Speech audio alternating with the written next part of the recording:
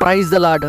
ఈరోజు దేవుని వాగ్దానము, ఓరకుండుడి, నేనే దేవుడనని తెలుసుకొనుడి. అన్ని జనులలో నేను మహోన్నతుడనగుదును, భూమి మీద నేను మహోన్నతుడనగుదును.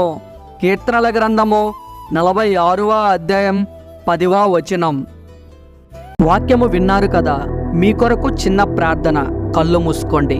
మీరు ప్రార్థనలో అడిగి ఉన్న వాటిని మీరు పొందుకొని ఉన్నారని, అవి మీ జీవితంలో జరిగి ఉన్నాయని నమ్మండి.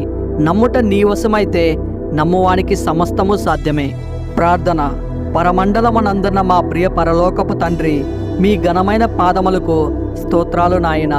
ఇప్పుడు ఈ వాక్యము విన్నటువంటి ప్రతి బిడ్డను దీవించి మీ పరిశుద్ధమైన హస్తములతో వారిని ఆశీర్వదించండి తండ్రి. వారి కుటుంబంలో ఎవరైనా రోగులు ఉంటే వారిని మీ కుమారుని రక్తముతో కడిగి స్వస్థపరచండి.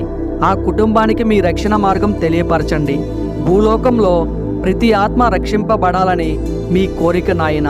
విన్న అందరికీ మారు మనస్సును దయచేసి పాపక్షమాపణ దయచేస్తారని మీ బంగారు పాదాలకు నమస్కరిస్తూ యేసయ్య పరిశుద్ధమైన నామమున అడిగి వేడుకుంటున్నాం తండ్రి. Amen, amen, amen, amen.